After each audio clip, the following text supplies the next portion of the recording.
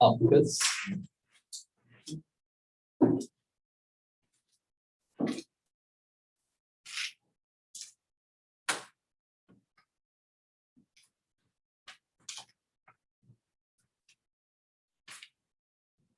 quiz 2 and quiz 3. So I tried that quiz part. what was quiz 3? Day 2, so maybe. Oh, so it's the same day, so two questions, right? Okay, yeah. Yeah, I see your notation. Okay. So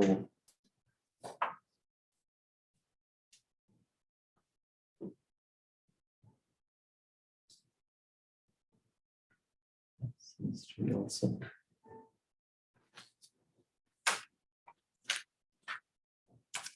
So homework was due today, and then we agreed that maybe it would be useful if you see another problem being described today.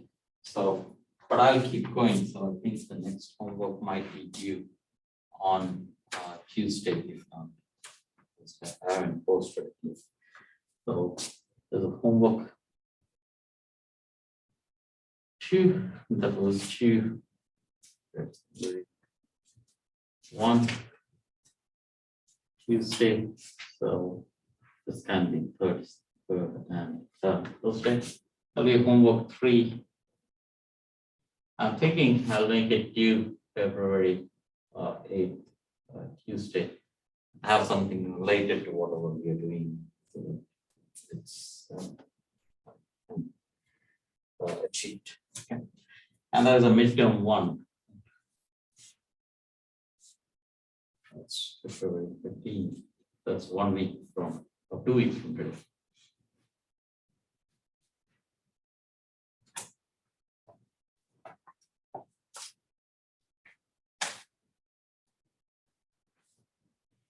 Okay, so we talked about how we can calculate stress on a medium. We talked about conservation principles. And I got the impression that maybe I gave a wrong impression of the whole discussion. I said that, yeah, this is not a usual thing we do. No, it's not very common that people use these techniques. But then I was thinking, no, it cannot be true. So this, for example, if you have a dielectric liquid, correct, and then you have to talk about if you have exert an electric field, how does it affect it? Like it's a very standard thing to ask the question. If you have like the common thing you talk about is our body has liquid in it. Even better, think about let's say what's it, RBC, red blood cell, like, so that's a small spherical particle. If you're aware, it's not really spherical, it's flattened out and there is a small dimple like structure. It's like a donut, except that it is not a hole in between. There is a small dimple in there. So if you have a red blood cell, it'll be described by a dielectric function. And then you can ask, what if you have an electric field? What if you keep it in an electric field? Or even better, can you control red blood cells? If there is some issue with red blood cells, can you do something by applying an electric field in there? And then you have to ask, what is the pressure it exerts? There is a pressure to exert on that. And those calculations will involve whatever we are doing. So that's a simple application of what we are doing. I'm not going into those details. That will really involve the properties of a medium and so on. So we are just talking about simple spherical medium, or if you just have planar structure, what happens. So let's I mentioned a red blood cell. So let's take a simple scenario where it's just a charged conductor, and it's a charged conductor, and it is expected to have a stress on it. So let's talk about a spherical. Right. Let me have this. There's a stress on a charged field. Stress on a sphere.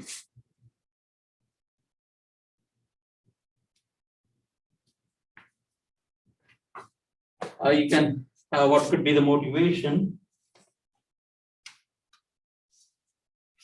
for thinking of such a situation? Like we all know that electron is a negatively charged particle, or a proton is a negative, positively charged particle.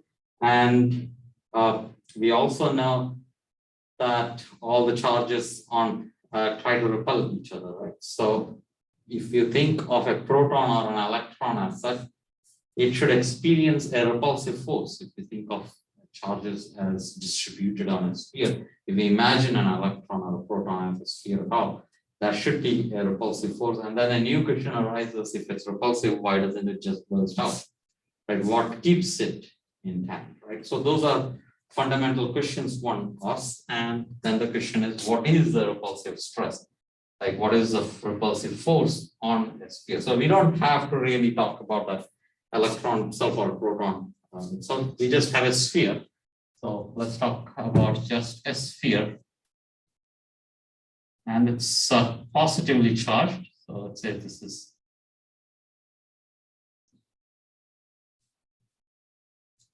And let's, in particular, say that this is uniformly distributed. So this is a solid sphere. Like later we can come back and ask what changes if it was not a solid sphere and if it was just a shell. A solid sphere, if it is uniformly distributed, the electric field will be radially outward. That's a radially outward electric field.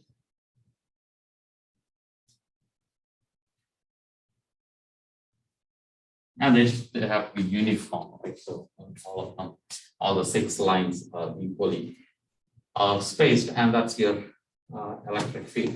What about the electric field inside of the sphere if it's a solid sphere? 0. And what about if it is a conductor? Conductor, it is 0, right? Electric field is exactly 0. What about if it's a solid sphere? Is the electric field 0 inside? No. Maybe no. Maybe not.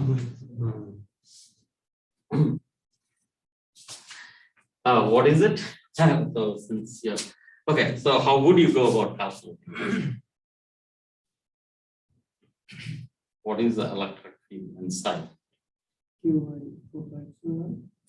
Yeah. Q by, yeah, and 1 over r square. Yeah. Q by 4 pi epsilon r square. Yeah, so you're saying, so let's say this is radius r, right? And let's say, I think the point you're making is electric field as a function of r is equal to, let's say charge q is there over the whole sphere. That's q over 4 pi epsilon naught. And then there is 1 over r squared. And this is the radial direction, so that's r hat. That's r hat. Is that all? Also, you go slow. Yeah, we can use Gauss as well. Right, good. Yes, so can you use that and get, so what will be the difference? So this is this the expression? Is this correct? For a sphere? Yes, it is. Right. What about this radius, capital radius r? Where does it show? In the Q enclosed. In the Q enclosed. Yeah, but can you tell that more? Yeah. Or maybe let me say, so this is correct as far as you're outside. As far as you're outside the sphere. So the main idea is that if you're outside the sphere, you cannot differentiate between is this a point charge or is it a sphere? There's no information about that in or the geometry. But that's outside. What about inside? So that raises a question. What about if it's inside? If it was a conducting sphere, It is 0 because electric field is, or you can use Gauss's law. So the charge enclosed is 0. But now this is a solid sphere. So the charge enclosed is not 0. So what is that equal to? The difference in distance. Ratio. It's a ratio, correct? Okay, so let's say, so if you will say that, okay, that's a sphere, I have a sphere here, that's your R, correct? And that's your R, capital R. Yeah, and so The volume. yeah, so you'll have dA dotted with E is equal to charge enclosed. How much is the charge enclosed? So it's 1 over epsilon naught times charge enclosed. Yes. And charge enclosed is? Rho B. Correct. So you would say charge Q times the ratio of 4 pi by 3 R cubed, that's a volume here, divided by 4 pi by 3, capital R. That was the ratio. And this is 4 pi. This is radial, assuming that this is radial, so this is 4 pi R squared. And this is Q over epsilon naught R cube over R cube. So electric field is equal to Q over 4 pi epsilon naught. Two of the R squared cancels out. That's R over R cube. So here, this is charge Q over 4 pi epsilon naught times R over R cube, R hat. It's still radial. But here's the argument that went through it. And what if you were to plot this? How does it look like? So, can I erase this part or like this? Yes, okay.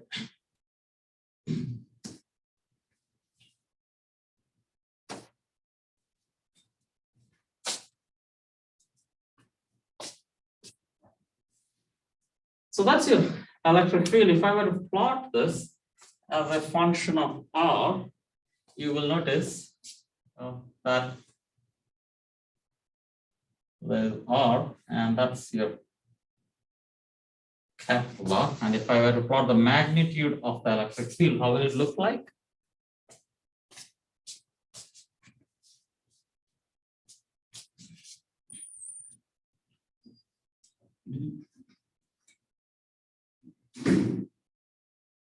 Rises exponentially. Rise exponentially, right? One over R Exponentially. cubed. 1 over R cubed. One. Cubic. What is it? R equal to 0? It will go up and. Yeah, it will go up and it will go linearly, right? That's R, right? It's growing as R. As you keep increasing, it reaches a maximum. So it's a straight line actually. So it goes up and until here it increases. And from that point on, it goes down as a power. So that's your electric field. This structure played a very important role in history in the sense that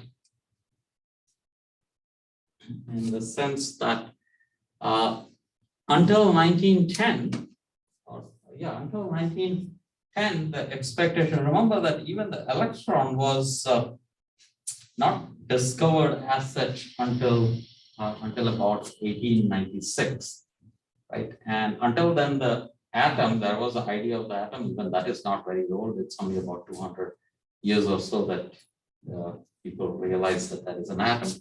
But once there is an atom, they knew that there is positive and negative charges.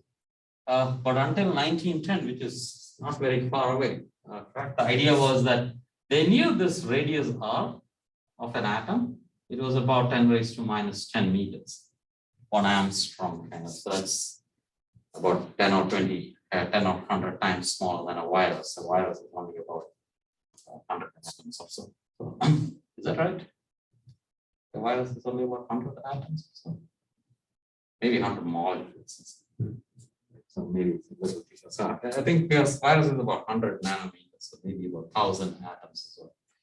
But a virus is very simple entity in a sense. But anyway, so that's your 10 raised to minus 10. And before 1910, they thought there is positive charges here and there are negative charges. Whatever we know as electron going around proton, that was not an idea at all. This was the idea, and this was called plum pudding. So you have plum pudding model. Probably you've heard of it. Right? So it was very convenient to just say that that's the radius, and you put in electron and proton. And by then, around 1910, it was also possible for them to ionize an atom, so you can remove all the negative charges. So that just meant that you remove all the negative charges from this plum pudding, and we just have positive charges. Right? That was, and you could have a gold atom, which is stripped off all the what do you call it? All the electrons, and you just have an atom of gold there, and you could have another helium atom, which is also just two protons, and they come and collide with each other. So you could think of a situation where this is Rutherford scattering, where you have a structure of a lot of protons, and you bring in another atom which has just two protons in here, and this will repel each other. Right? And you would like to know what is the repulsive force, and there comes the electric field. Right? And you would say that, so this is, remember, this is 10 raised to minus 10. Right? According to, before 1910, it's not the nucleus, it was distributed over the whole atomic size. Right? So this was 10 raised to minus 10 meter, and you come up with some velocity v. There is a force that it will exert, and you can calculate 10 raised to minus 10, what's the force going to be. And if you provide more velocity than that, you will actually touch the surface. Right? If you come up with sufficient force, and if it is greater than the repulsive force, then you can actually penetrate into that. And that was the idea of Rutherford, that I'll give it sufficient velocity. He could actually generate that much velocity, and he was going to shoot it to the gold atom, and he expected that he will actually penetrate into the atom, and he will basically break apart a gold atom, and we will see what's going on. But what happened is that it didn't go in, instead it reflected back. And the point is, how can that happen? Like I gave it so much energy, how can that happen? And then the idea came that, okay, the only way that can happen is that this has to be higher. Right? Only then the repulsive force can be this large. So only way he could explain his experiment is that this has to be very high. In fact, when he did the calculation, this came out to be, this is, let's say, R prime. R prime came out to be about 1,000,000 times smaller, 1,000,000 or 10 raised to 5 times smaller than this. So the expectation was that this is 10 raised to 10 meters. But instead it came out to be 10 raised to minus 15 meters. Right, the radius of this nucleus is very small. But we do know that our atom is 10 raised to minus 10. So that came then came the idea that nucleus, that all the positive charges are in a nucleus, and the electron is just moving around. So the whole Rutherford atom model came using this idea. Again, what's going on here? The point was, this was the expectation, and if you go deeper, it is still going on. So this is a repulsive force here. So you just say that, okay, of course, you can always change that. There is a very similar principle in action these days. I think I might have mentioned it to you guys, that if you were to measure the velocity of all the galaxies or all the stars in a galaxy. So a very similar thing, right? Remember, electrostatics and gravity have a lot of similarity. Right? There's 1 over r square, m1 and 2 over r square. There's just q and q2 over r square. So think of stars going in around in a galaxy, and galaxy is a disk-shaped structure. Or think of it as sphere. Just for simplicity, you can actually do this for a disk and get the same arguments going. So you have a star here, and it goes in a circle, right? Our star is in the Milky Way, and it goes around in a circle. Now, this star experiences gravity from everything inside. Outside doesn't affect you, right? If you are in a shell, the outside matter doesn't affect you. It is only the inside. All the outside matter cancel out very well. So same idea here. Inside should experience less gravity. In fact, if you're right at the center of the galaxy, it should be zero, right? So, and based on exact same principles here, you can actually talk about what should be the velocity v of each of the stars. Equate of mv square or mv square over r, right? That is the kinetic energy, or the centripetal force is equal to the gravitational force, and that can give you, so centripetal force mv square over r is equal to g m1 m2 over r square, right? And let's say this is m1 cancels out, that's the one that is moving, and this m2 is the mass that is inside the sphere. Use the same argument and you get that velocity v versus r, this should go linearly out there. And once you go outside the sphere, then it should decrease. So this should decrease like this. I'd say pretty much the same argument there. It's just that now you're talking about velocity. Now what happens is that for a galaxy, you can actually look at the galaxy continuously and measure the velocities reasonably precisely, right? Good accuracy, and you have innumerable galaxies, and this has been done for many galaxies. For almost all galaxies, if you put the stars here, all data fits in pretty well. As far until you reach slightly outside, and then they don't decrease like this. So this data, there seems to be a saturation, and they don't, which seems to suggest that, oh, this is not decreasing here. When it was opposite, right? Data was not matching inside. Then you said that, oh, it must be something inside. So change your configuration in the right way. Here it is the opposite. Now you need to have some mass in the outside. So idea is that, oh, there is some mass here for every galaxy. There is some mass here which we don't see. Right? It must be there because this is showing this characteristics, but when you look around, there is no such mass, because that's so basically what you're saying is that you have to extend this further, and this is what is showing up. So if you accommodate for this mass also, they will take care of this and try to show this.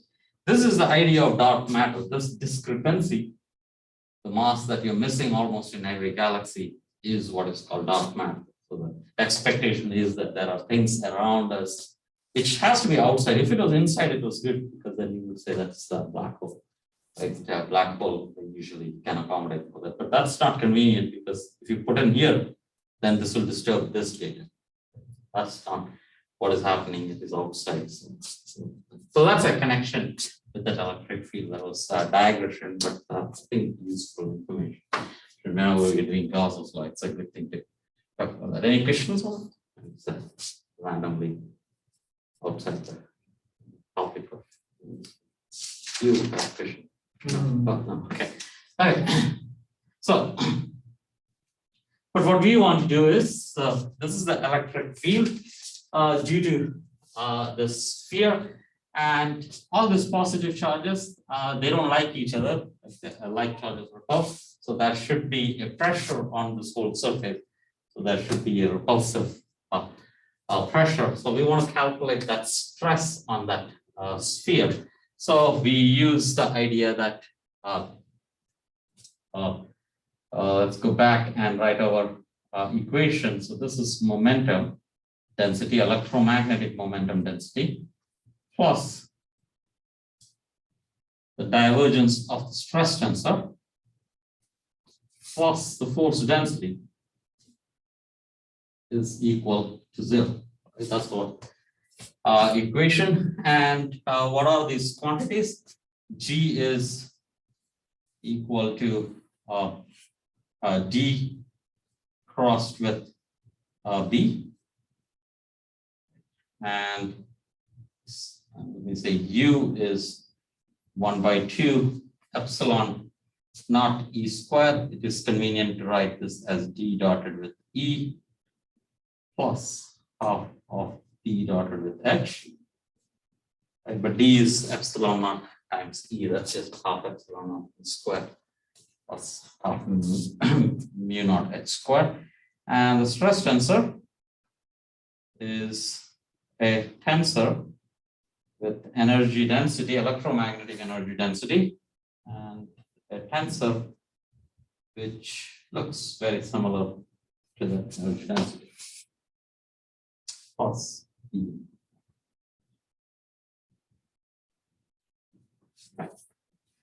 And we would like to calculate the stress, so find the force on a force density, and then we will calculate stress on the surface. What is a magnetic field? This is all static. Nothing is moving. So in the reference frame that you have, if you start moving, if I start moving, I am an observer. If I start moving with respect to me, this charge, this whole sphere will move to the left. And the movement, that is a motion, charges moving can create a magnetic field, right? That's a current. So I want to be static, so I stay at rest with respect to the sphere, and the magnetic field in that frame is equal to 0. That's yes. For the stress tensor, we have the 1/2 in front of DE plus D. Oh, is it here?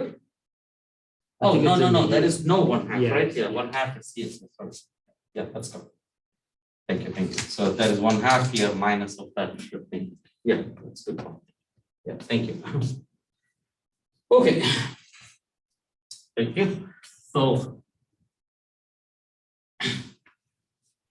let's calculate the stress. So what we will do is let's take an arbitrary point R.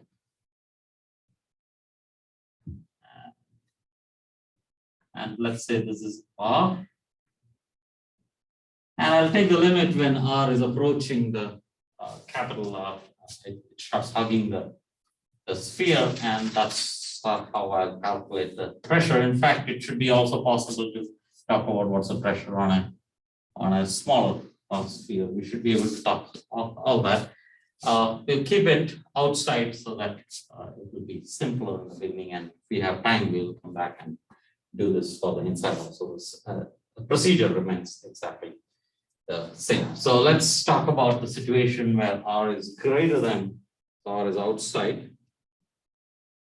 And to get the pressure, how we will do this is, first of all, G is 0, right? So that goes away.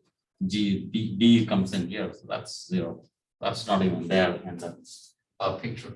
So force density is equal to a negative of divergence of the stress tensor. That's clear. So to calculate the pressure, what we will do is, the force density everywhere probably is in the radial direction. We'll take the dot product with F dotted with R. So we will do F force density dotted with R hat at every point on the sphere, or this on this volume, and calculate PQR. So I'm interested in only the radial pressure. So this is what I will define as the radial pressure. Why is this the pressure? Basically, all the forces that is radially coming outward, right? Hopefully, if there is a force at every point which is radially outward, all the others are presuming that they cancel out, right? So that's going to be my let's say total force. So this is FR. Let's say. the scalar quantity because I've taken the dot product. It's a component of the forces in the radial direction and I'm adding up. Right? So this is the radial sum of all the forces at every point. So that's equal to integrate d cube r, and I'm doing this on a volume V, right? So that's a volume V here. That's an abstract volume V, and F dotted with R is divergence. Oh, first I have to do the divergence dotted with T and dotted with R hat. But that's what we are doing.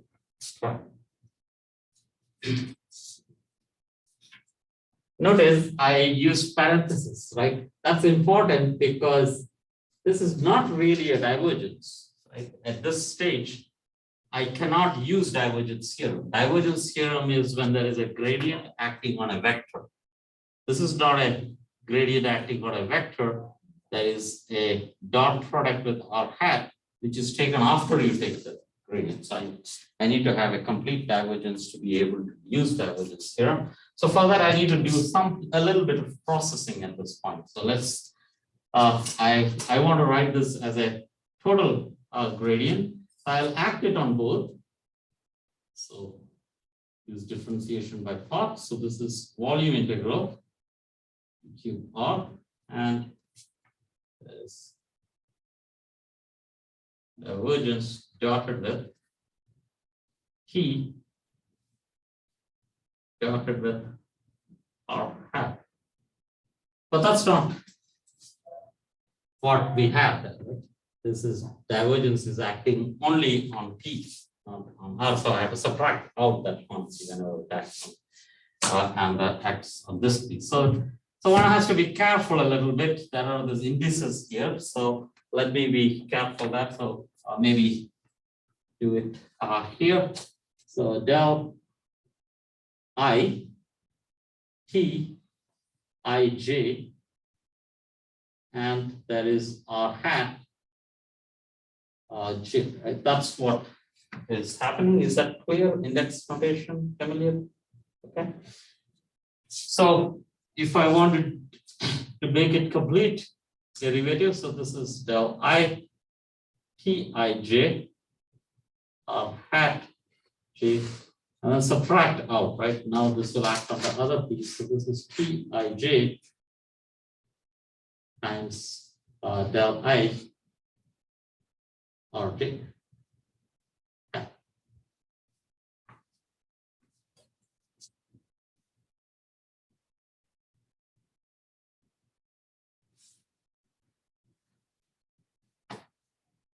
Okay, good.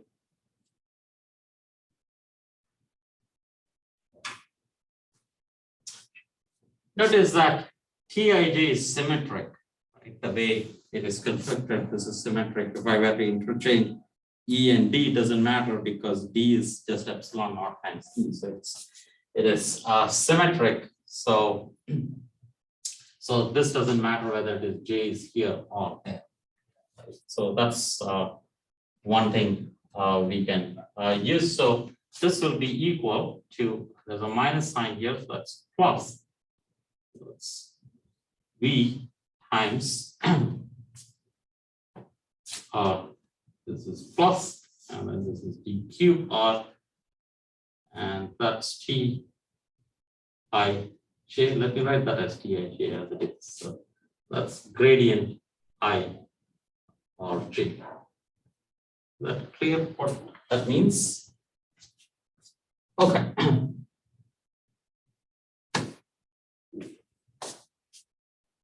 Here, this is now a total divergence.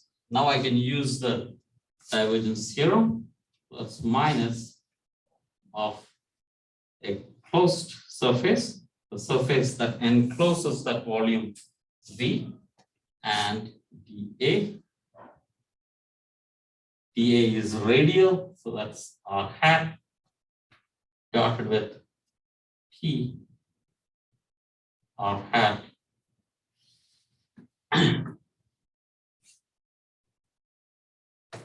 I need to work on that. So we'll come back to that. So V, PQ are Pij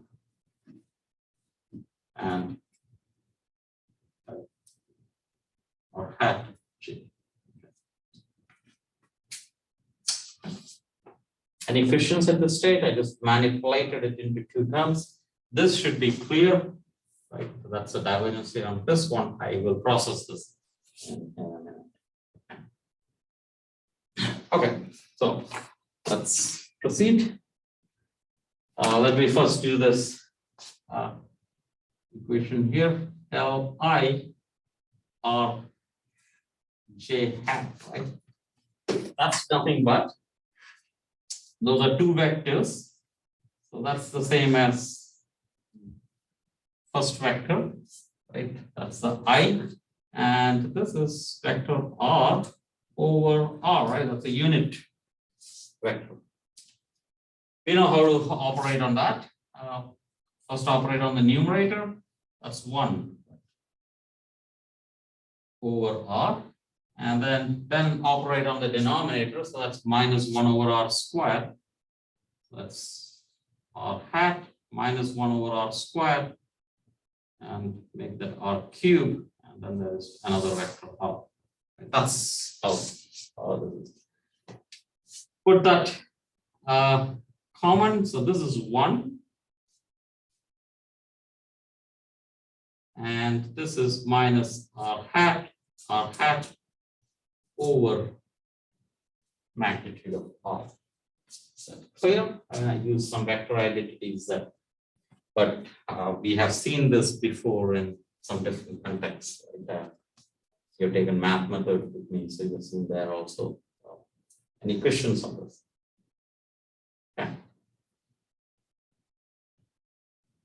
Okay, so that's good. So we have to actually multiply Tij to this Tij times del I j hat. That means this is symmetric again. So I can put this in here. So this is also symmetric here. This is symmetric. That's symmetric. So when I multiply this two quantities, what I'm getting is Tij times del Ij. That's your del Ij, the dyadic is del Ij, minus of R hat dotted with T dotted with R, right? So, or maybe I should say Tij. So it's good to actually put ij's here, ij, right?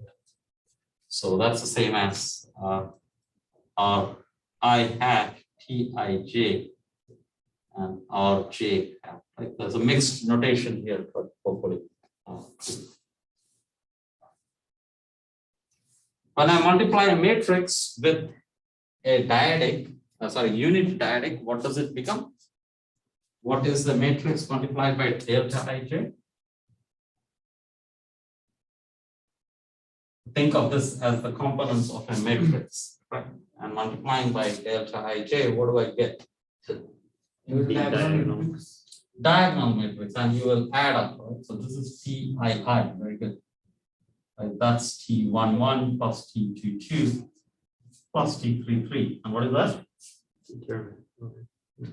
Trace, right? Trace of T, right? So that's nothing but a trace of T. That's trace of T. Okay. So this is nothing but this whole thing is trace of T, which is a scalar, right? No index there, and minus of this is the same as what we have already here. So that's T dotted with R hat overall. Correct. Clear? So the last one you use the sun. Yeah, I just wrote this as this. Correct. So trace, I would sign and Sign. this trace of T, right? There is a T is a tensor. Yeah. What's the question? Oh yeah, it is a tensor. Right. Yeah, it's a tensor, but then I write the trace of that, right? So this is basically a number, right? This is actually number 3, the sum of 3 numbers, right? Which is written as a trace of the 3 elements of a matrix, right? This is not really a matrix. Trace of a matrix is a number, right? So that's a number, that's not a really answer. Okay, good with me. And this is also a number, right? Scalar scale, 2 dot products of a tensor, that's a number. So this goes in here, and this is also a number, and this is a radial force. Right? Add up all the force on each tiny element on a sphere, or radial part of that, and that's what you get. Okay. Okay, so overall, what we have is the total radial force on the sphere is having a surface integral, like on the surface of this spherical volume V.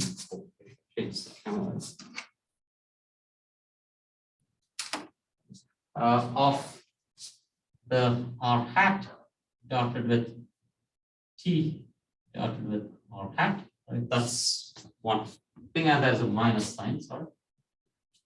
And other integral is basically a volume integral, dq R, and you do the trace of T minus of R hat with T with R over R.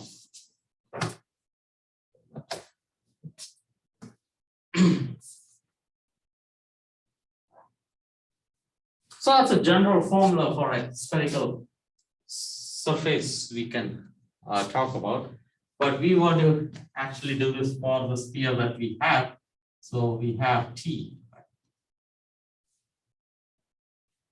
T is equal to U, so there's a 1 times U minus, actually, let me just say, this is epsilon naught. Oh, just right, so minus of D times E, and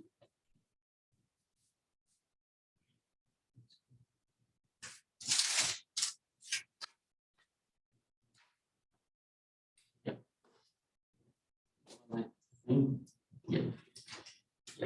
Okay. So yeah, in our case, that is just this, right? So that's half dotted with E. There is no magnetic field. B is 0. And also remember that U is 1/2 epsilon naught E square, right? Which is basically D dotted with E. Let's put this all together. This is R hat dotted with R hat. So that's the same as 1. And this is 1/2. So that's the same as U, right? So that's U with that information. And minus of 1/2 E square, epsilon E square. So that's U. And both are in the R hat direction. So let me write this in this form. That's U again. Okay.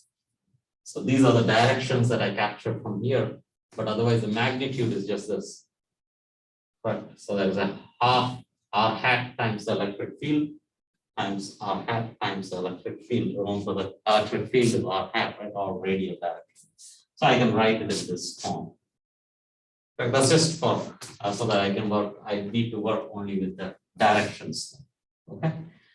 If that is the case, then I know how to calculate T. Right? R hat dotted with R hat. That's equal to R hat multiplied by this, that's a 1, so that's U itself, minus, is that correct? Yeah, and then there is R hat multiplied by R hat, and there is an R, oh, did I miss it? This is 2 times U, right? So, yeah, that's 2 times, because Yeah, sorry. So that's 2 times. Otherwise, it will go to 0 on the next step. So our hat comes from the left hand side, our hat comes from the right hand side, so it is 2 times u. So that's equal to minus u.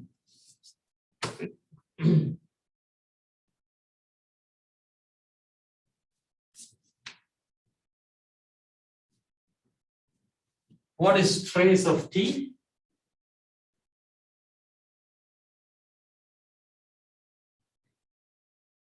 Trace of t is down here, right? So trace of t will be, when I take the trace of this, trace of 1 is how much?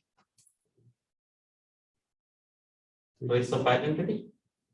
3, right? 3 terms, so it's 3. So trace of t will be 3 by 2, right? 3 by 2 times, but half is needed for the u, so it is 3 times u. It is 3 times u here, and minus of how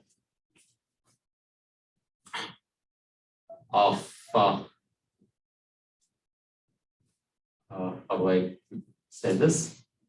I'm taking the trace. So if I'm doing, so think of 2 vectors. Right? If I have 2 vectors like this, and I say this is a trace of this static, how much will this be equal to? Like I have to do 1, 1 plus 2, 2 plus 3, 3. That's nothing but dot product, right? So that's the same as E dot. Is that clear? Could you do that again? Okay, trace of, so in general, if this is a matrix, this is equal to E1, E1, E1, E2, E1, E3, and so on. E2, E1, E2, E2, and so on. Correct. If I have to do the trace, that's equal to this plus this plus this. So that's E1, E1 plus E2, E2 plus E3, E3. Is that clear? Yes. Thank you. And that's nothing but the dot product of 2 vectors.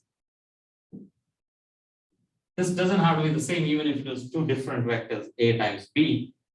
The tensor constructed out of 2 vectors, the trace of that is nothing but the dot product. So dot product of this is nothing but D dotted with E, right? Trace of that would be 2 times U.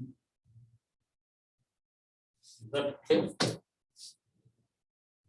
Because it's D dotted with E, D dotted with E is 2 times this U, and that's what we get for the trace, and that's U.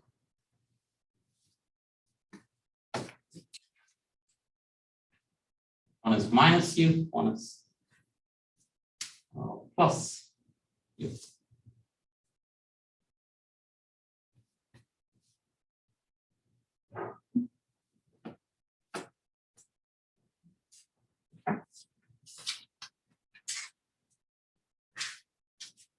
That's pretty generic, actually, as far as it is in the radial direction. That's very generic. So the radial force, which is the radial direction, so you can think of it as a pressure when we divide it by the area, and that's equal to minus of, this is our hat quantity here. So this is a surface integral over volume V of, this is minus U, right? So this becomes a plus U. That's the surface integral plus volume integral, EQR volume integral, and this is trace of T is U minus of minus U over R. That's 2 times U over R.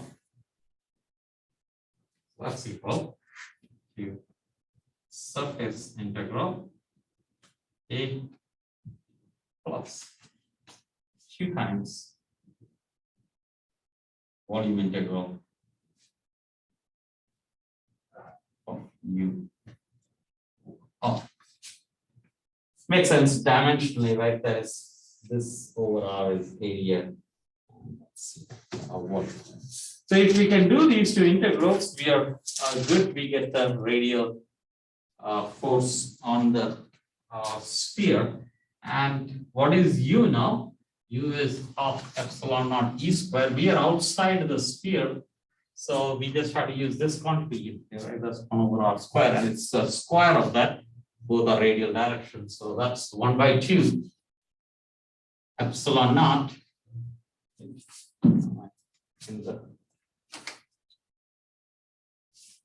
So that's 1 by 2 epsilon naught E square.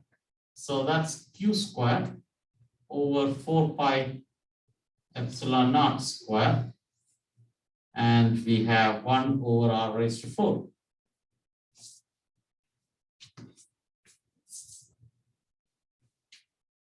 So that's nothing but 1 over 8 pi times Q square. It's 1 over, so it's 1 over 4 pi epsilon naught times Q square over R raised to 4.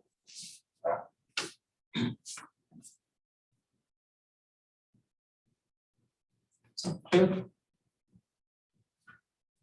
Okay, so we want to use that here. So first let's calculate the surface integral. That's dA times U.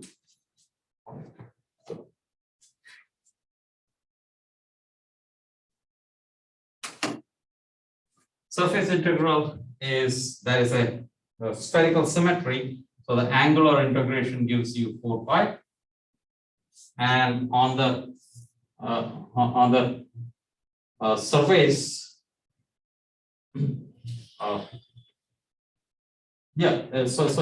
it's all angular, right? So it's U is identical, so there is no angular dependence in here.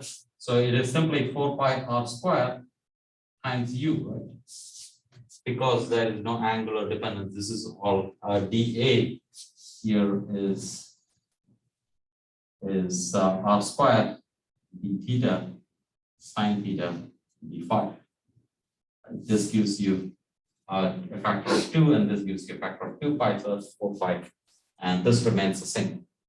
R remains the same, so there is no contribution here. So that's 4 pi R squared, and that's equal 4 pi R squared multiplied by that's 1 by 2 times 1 over 4 pi epsilon naught times Q squared over R squared. So clear?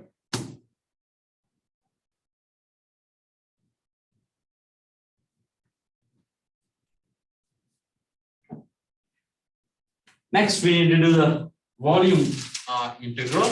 So let's do the volume integral. In fact, let's do 2 times that quantity also, so that we can just add.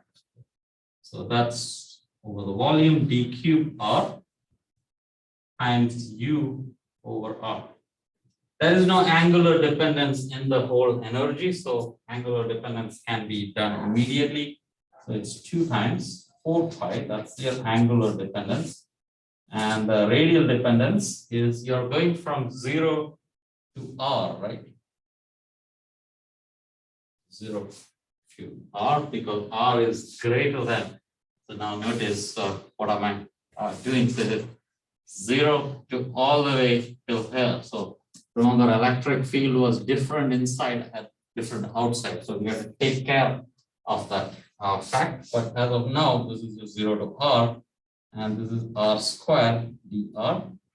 And then there is 1 over R, and that's U, which is 1 over 8 pi of R. So let's me just write this as U first.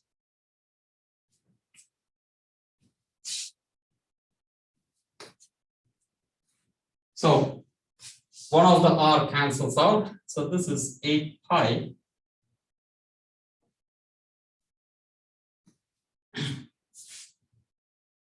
So this is 8 pi, but now I have to split this integral to 0 to R.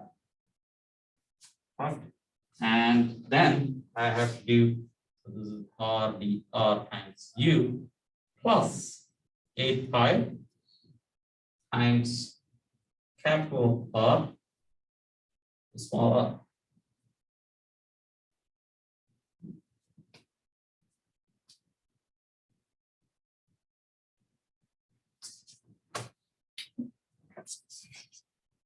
Is that clear why I'm doing that?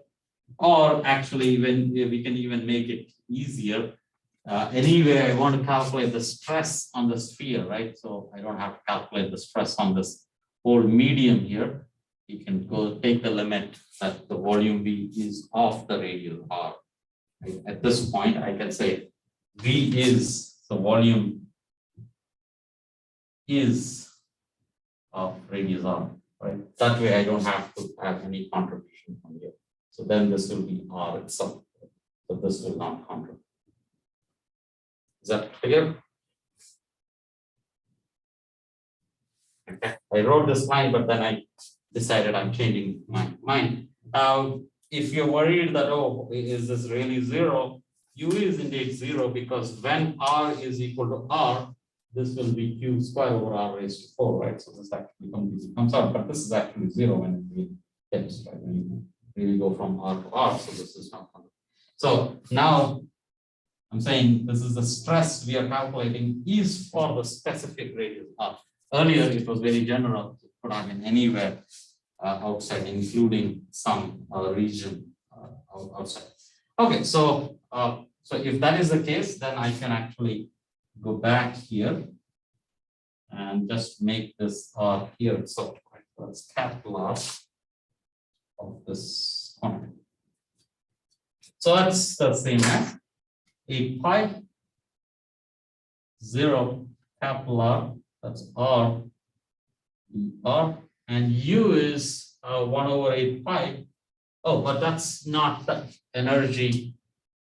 That is the energy outside, right? For energy inside, I have to square this quantity, right? So I have to square that. So that's equal to, so 1 by 2 times epsilon naught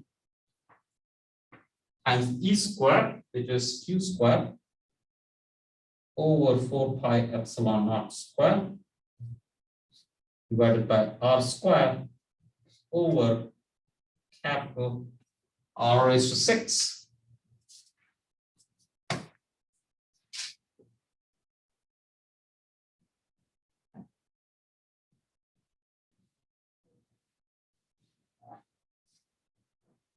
Which is equal to, so there is an R cube there, right?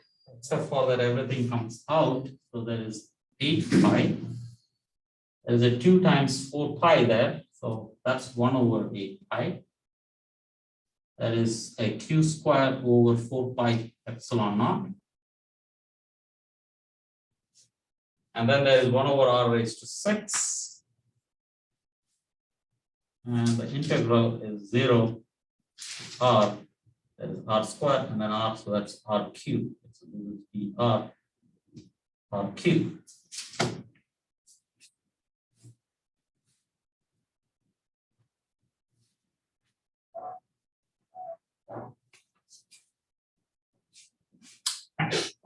So this cancels out nicely. And what we have is at the lower limit, it does not contribute. So that's R raised to 4 over 4. So we have Q squared over 4 pi epsilon naught. Let me see. Q squared over 4 pi epsilon naught times R raised to 4 over 4. And then there is 1 over R raised to 6, which is 1 over 4 times 1 over 4 pi epsilon naught times Q squared over R squared. Oops.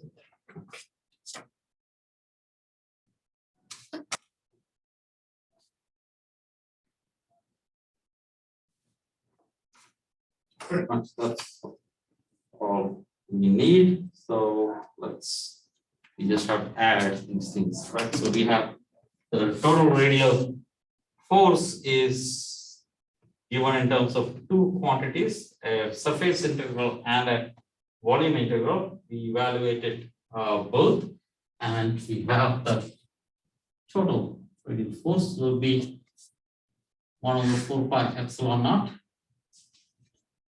q square over r square. So notice this was, even though we did this for a general radius r, we fixed our radius r to capital R. So this becomes the surface on the capital R, right? So that's 1/2 of that, factor of 1/2.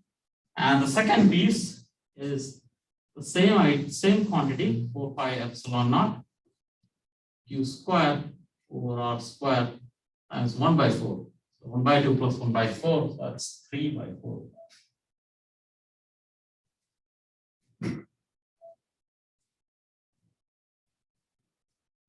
So that's the amount of force you experience. But since we're talking about only the radial force, it is good to talk in terms of pressure, right? So the stress or the pressure on the sphere, how does it act? It tries to repel, right? So that's equal to the radial force over 4 pi r square. That's equal to, let's say, nu 4 pi, so that's 3/16 pi times 1/4 pi epsilon naught. This is over r raised to 4. That's only when you're talking in terms of the pressure, because that's the area, new external surface area. So that's your pressure on a charged sphere, how much force it experiences just because it tries to repel each other. And this calculation, if you notice, if you don't think of it as a continuous medium, then it is hard to do, right? Because point charges, when you come close, they diverge. Right? So this calculation, you can do it only when you think of it as a continuous medium.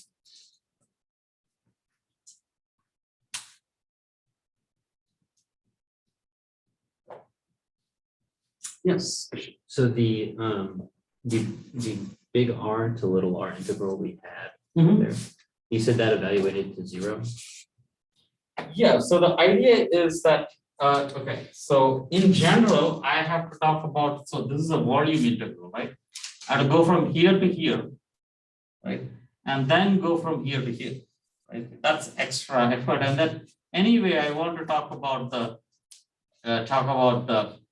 pressure on the sphere. So anyway, I want to bring this and hug the sphere.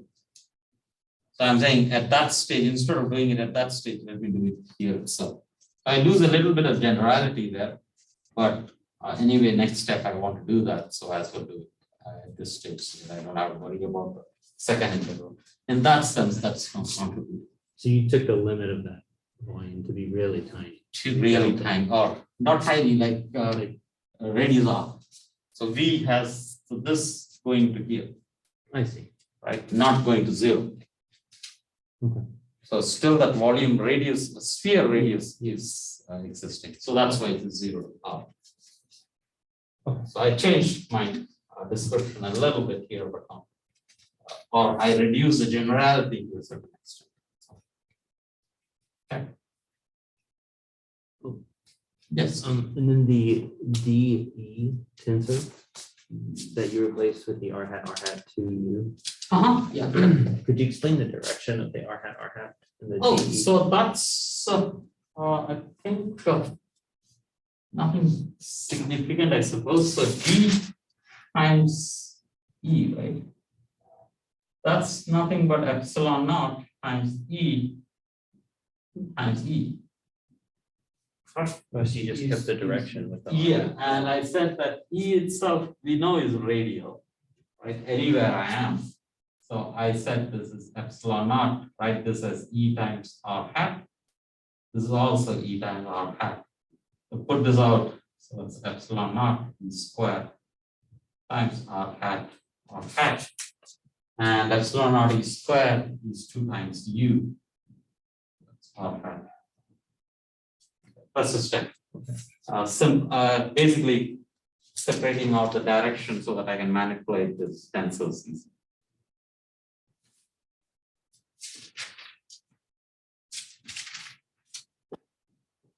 Oops.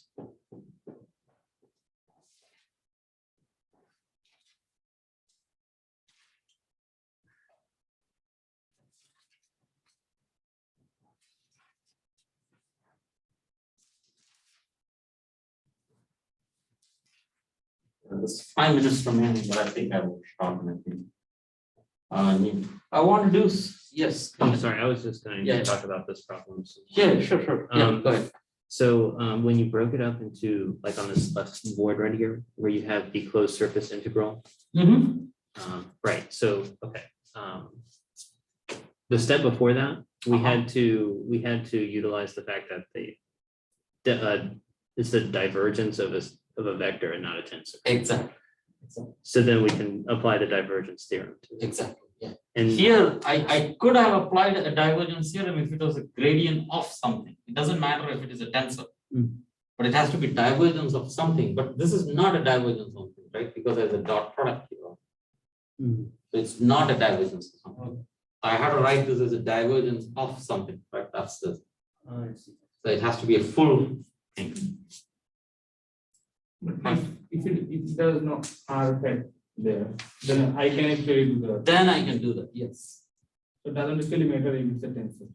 Yeah, it doesn't matter if it is a tensor. It's just that this R hat actually contributes to this volume. So for example, in the planar case, what happens is that this is Z hat. That I can remove like outside the integral. Z hat is a constant. Then I can do that. But then the divergence theorem works. So the point is, I think what I'm trying to say is that the same, if you had this dqr divergence of T, nothing else, right? This is equal to dA, the volume V, that's dotted with T, that's okay. Right? And even if I were to multiply this with Z now, it doesn't matter because Z anyway comes out of the whole integral, right? So if I were to Z hat is nothing but dqr. Z hat is independent of this R, right? It's a constant everywhere. So that's the whole thing, dotted with Z hat. And that's the same as this. The A dotted with T. Is that clear what I'm saying? Dotted with Z hat. And now I can bring in my Z hat if I want to. Because Z hat is a constant, so that's equal to A dotted with T. That's trivial in a sense, right? I could have brought it in here, I could have brought it in there. So this is innocent when it comes to parallel plates because it's a constant. Our vector is not a constant, it is our position dependent. Right? So in that case, I cannot do that because now this is not okay. So this is divergence of T. So this is now dotted with R hat. Thus, I cannot use a divergence theorem. This is not a surface term.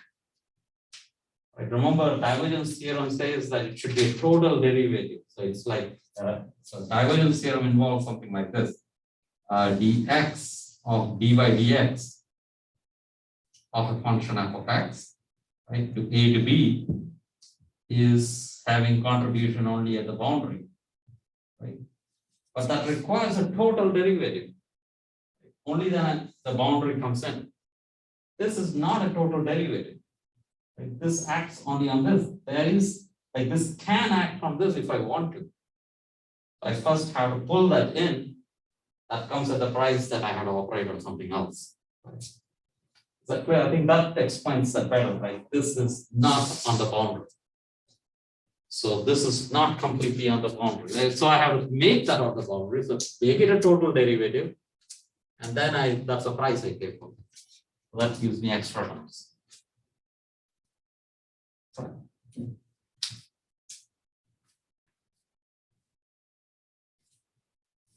Yeah, good point. That's a good question to raise.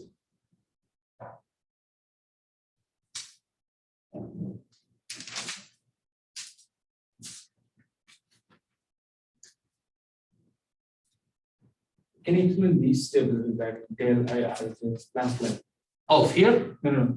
This one. Yeah, this one. Okay. Last one. Oh, this one? No. I mean. Oh, here. Yeah, here. Okay. Is this clear? So this acts on that, and this acts on this. This gives me this. Correct. Now, this is like this is if you want an identity. So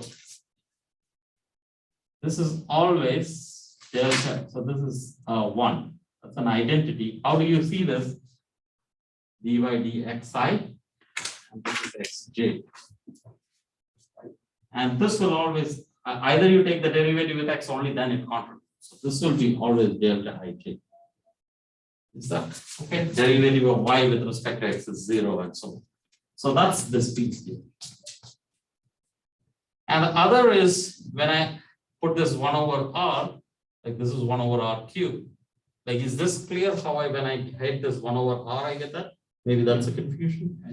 So gradient of 1 over r is nothing but r hat over r squared. So there's a minus sign also. And there's already an r hat here. The vector r is already outside, so that gives me the r hat. This you get when you're taking the dipole moment electric field, you get exactly the same expression. So that's exactly the same idea. Did I answer that clearly? Yeah. Okay.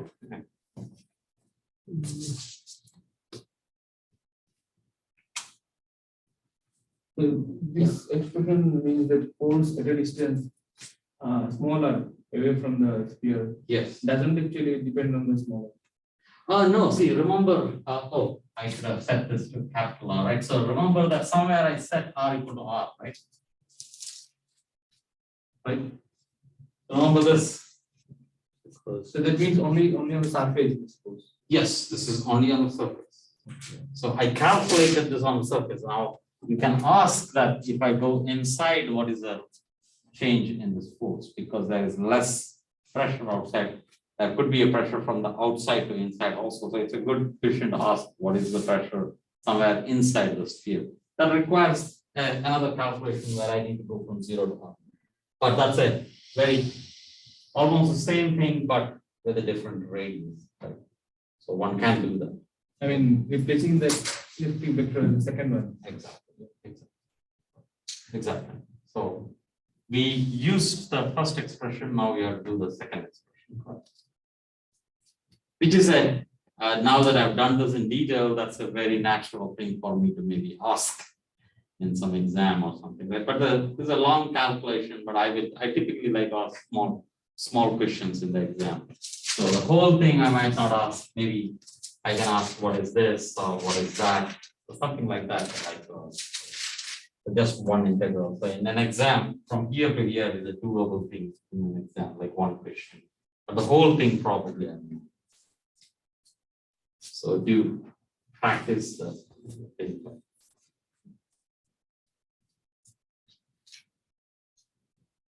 Yeah, that's all.